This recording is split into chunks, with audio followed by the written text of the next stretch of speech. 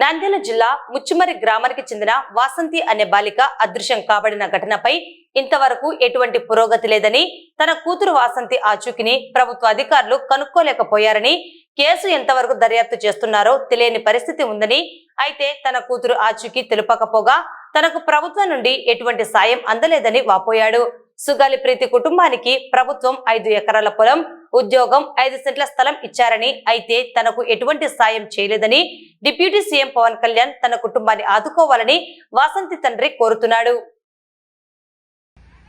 నమస్కారం sir, deputy CM గారు sir.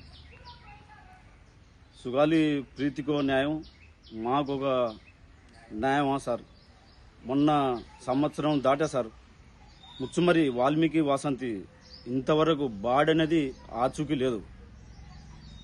Case ఎంతవరకు నడుస్తుంది అనేది కూడా తెలియదు సార్ మాకు ఇంతవరకు.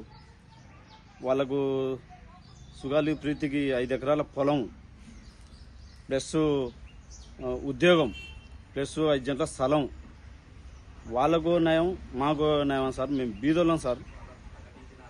వాళ్ళకు ప్రకటించాను సార్, మాకు ఏది లేదు ఇంతవరకు.